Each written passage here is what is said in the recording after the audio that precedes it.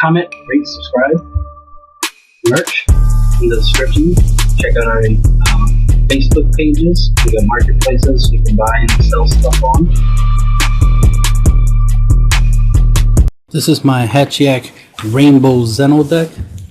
1 copy of the leader. 4 Super Saiyan 4 Gogeta Prismatic Burst. 4 Super Saiyan 4 Goku Prismatic Aegis. 4 Super Saiyan 4 Vegeta Prismatic Aegis. 4 Super Saiyan 4 Gohan Prismatic Burst. 4 Super Saiyan 4 Bardock Prismatic Burst. 4 Vegeta Strength of Legends. 4 Oceania Shenron. 4 Goku The Adventure Begins. 4 4-Star Ball. 4 Beast Cohesion. 4 Dirty Burst. 4 Power Burst. 4 Toa Dark Demon Realm Scientist. 4 Super Saiyan 4 Broly Prismatic Burst. And 1 copy of Vegeta Warrior from Another Dimension. So 2 things I need to start off with is this was told to me, but hasn't been confirmed, that I can use the multicolored black cards in order to awaken my leader. That could be wrong. Even I assume it's wrong, but I could be wrong, right? You know, it's up to Panda to make that decision, right? Because the leader says if you only have black cards in your energy, multicolors tend to be more than 1 color, but okay, if you only have black cards in your energy, notice it doesn't say mono black, but it does says only black cards. To me that just means mono, but whatever, right? Then you can choose 3 cards under this card, place into your drop area, and then flip this card over.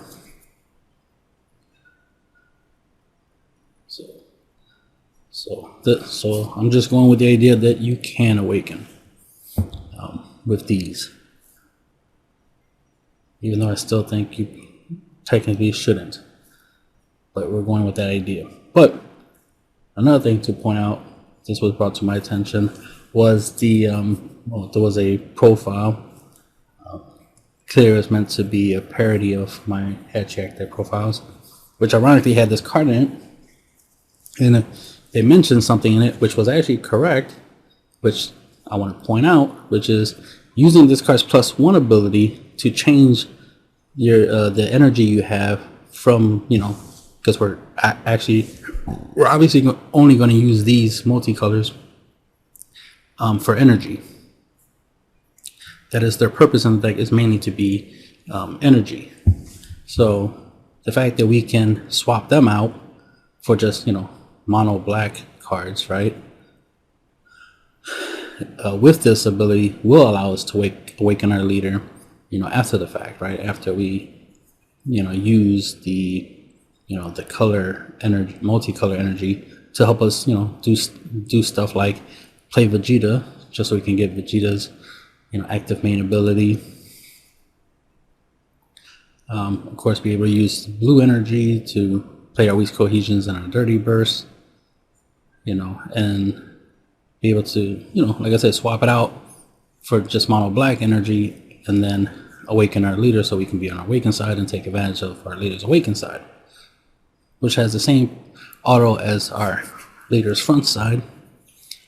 Well, first auto, right? And then it has just the added benefit that when it attacks, you get 5k boost and you draw a card on your awaken side. So it's a way you can awaken even after you already had certain colors. Which, interesting enough, this is not a bad tech card for my other builds, you know, right? Because of the fact that you can, you know, swap out, you know, the colored energy for the mono black energy and awaken, and then, you know, and then go from there. So something cool.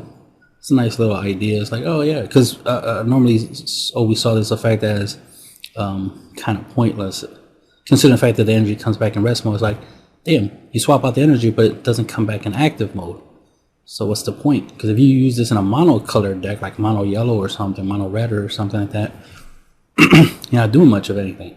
But I do see the value in deliberately using this to manipulate the colors in your energy.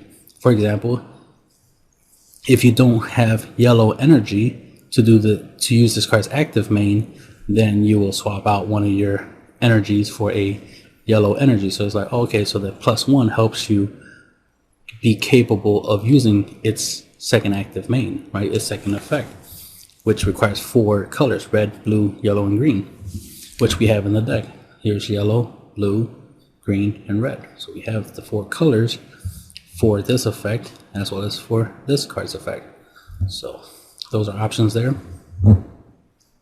And of course, having all these colors, you might think is like, oh, well, we have these colors just for this card and just for that card. Actually, it's because Gogeta himself gets certain effects based off the colors, because obviously he synergizes with them in the water deck. So in this deck, you'll be able to take advantage of those colors to get multiple effects off of him. So for example, we have all 5 colors, because remember, this deck does have black, and these cards are multicolor, so they do have black in them, on top of the fact that they have other colors. So you will get the black effect, which is choose up to 2 of your opponent's battle cards and send them to the warp. So you will inherently get that in this deck, obviously. But since we have red, right, you'll get to burn your opponent for 1 damage. Since we have blue, you'll get to draw 3 cards. Since we have green, right, you'll be able to make your opponent discard 2 cards from the hands. Your opponent chooses 2 cards from the hands and discard it. And then since we have yellow, we get to choose up to one of our opponent's cards and switch it to rest mode. So you can rest a energy, unison, a leader. You know, typically you're more likely to use this against an energy and potentially a blocker. So that's nice that, you know, if you have one of each of these in your energy area, you know, you would get this, all 5 of this card's effect. Plus, and then this card costs, you know, to cheat out, obviously it's a 10 drop. To cheat out, you pay 5 to cheat it out, and you need a Goku Xeno and a Vegeta Xeno in your, well, in this deck it's going to be in your hands, and send it to the drop in order to play this. So we got the yellow Goku and the blue Vegeta. These are the ones you're going to discard from your hand in order to play this card out.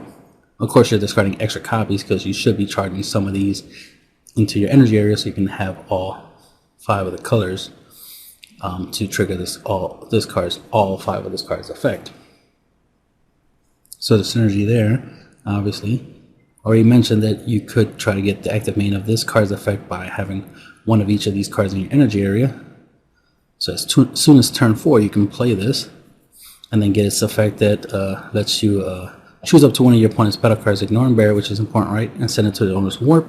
And then, you know, inherently this already has the auto, which is whenever you attack, you draw a card, and it's not once per turn. So, and it's a dual attack, so every time you attack, you draw a card. So you draw 2 cards every time you're swinging, and he's a 30k double strike, so he would definitely be putting in work in this deck, being a 30k and double strike, attacking twice, and you're drawing 2 cards every time.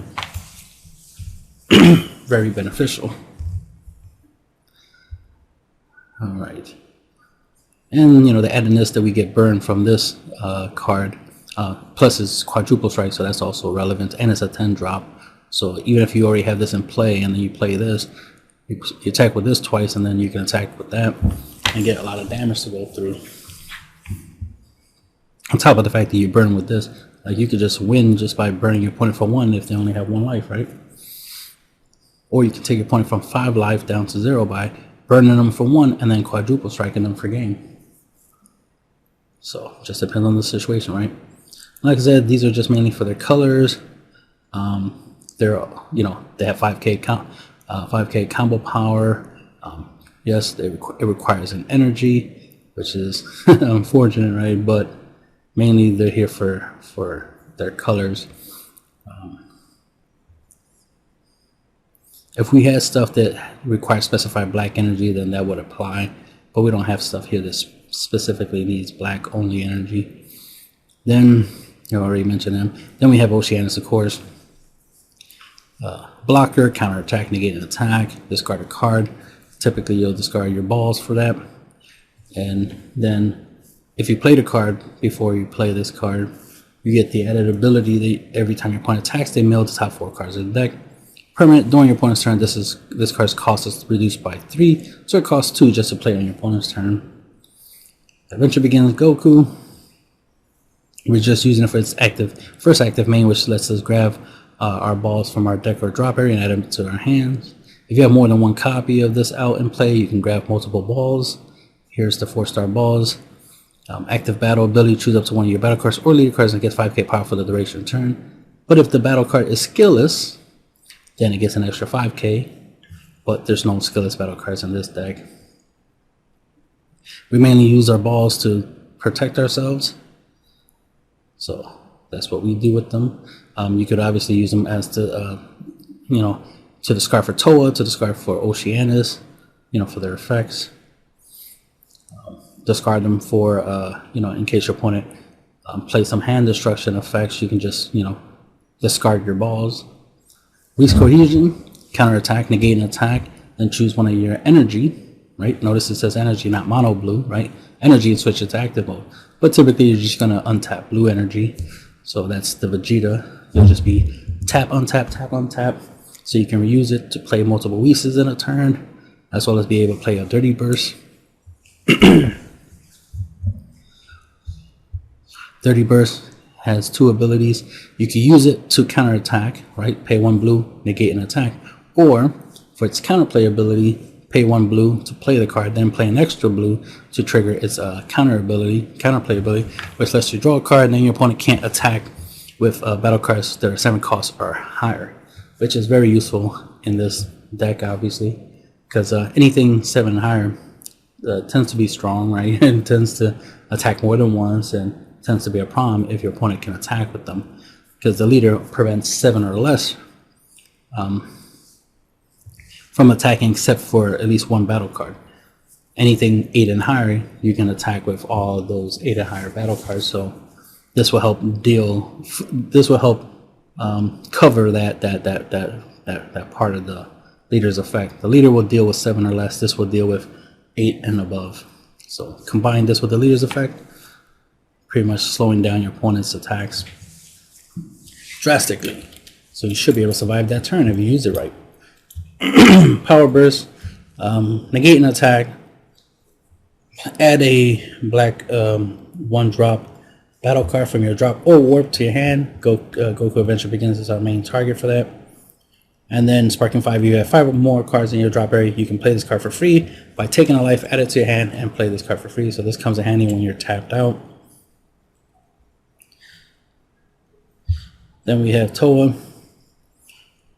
Has the +0 active main ability that lets us discard a card and choose one of our opponent's battle cards with 3 costs or less and set it to a warp. So this gives us a bit of board control. It has a -4 ability where we can choose up to one of our opponent's battle cards and gain control of it. Typically we take blockers with it. She has the auto that whenever one of your opponent's battle cards is removed by a skill or by battle or by being KO'd, then she gets a marker. So her +0 ability, warping your opponent's battle card, will give her a marker. So there's synergy there. And then she has to have 3 or more markers in order to attack. If she has 2 or less, she can't attack. And she's a 20k body. SS4 Broly Prismatic Burst. Ironically, because we do use the multicolor black energy in here, you will get this card's permanent. Typically we just don't, but in this build you will get the effect that auto limit 1. If this card has 1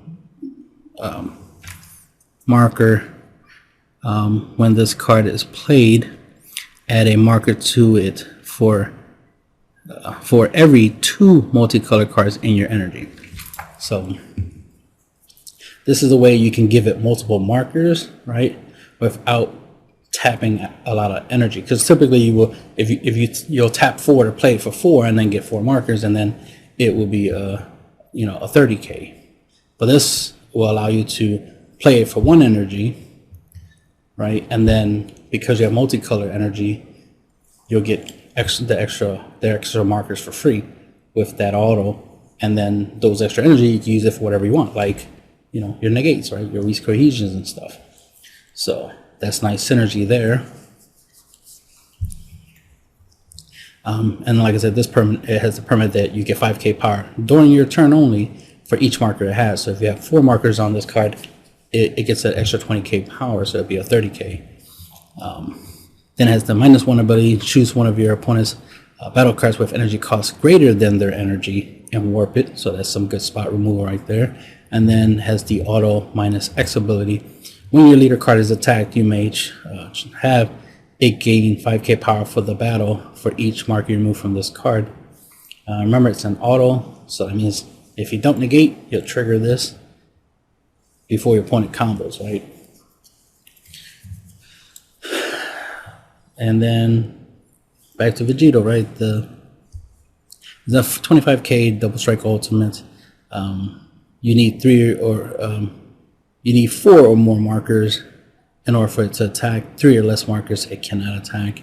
It has the +1 ability where you may choose X cards from your energy area, send them to the drop, and then if you do, place that many cards from your drop into your energy area in rest mode. And this is how you'll swap out your multicolor energy for regular, mono black energy.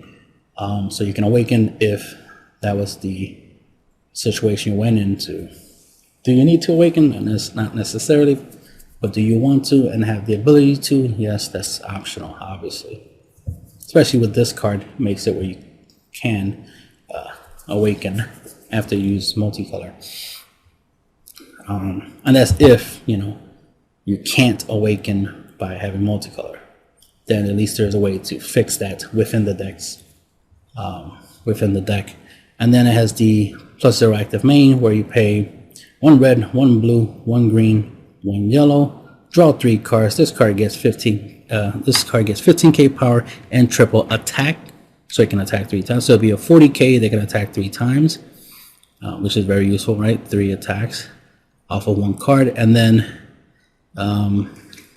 your opponent can only activate counter skills 1 more time for the turn. So let's say they play a counter play, then they can't play no more counter plays or counters or counter attacks. You get that idea. So counter skills in general. So if they play 1 counter attack, they can't play no more counters, period, like counter attack, counter, and or other counter attacks or plays. You get the idea. So after you trigger this, they can only play 1 counter skill. So this is useful. Since it attacks 3 times, it's useful that it restricts your opponent to just 1 counter attack. So that way, when you swing and they use a counter attack, well, that's the last one they could play, and you still got 2 more swings to go, plus the rest of your your battle cards and your leader swings. Hopefully that card is not a Flying Nimbus, because then, or a Violent Rays or something like that, then it's like, this didn't do much. This would have been cool if this had the ability to negate 1 counter skill card a turn, in the turn in which you used it, but it does what it does. So that's the end of the video.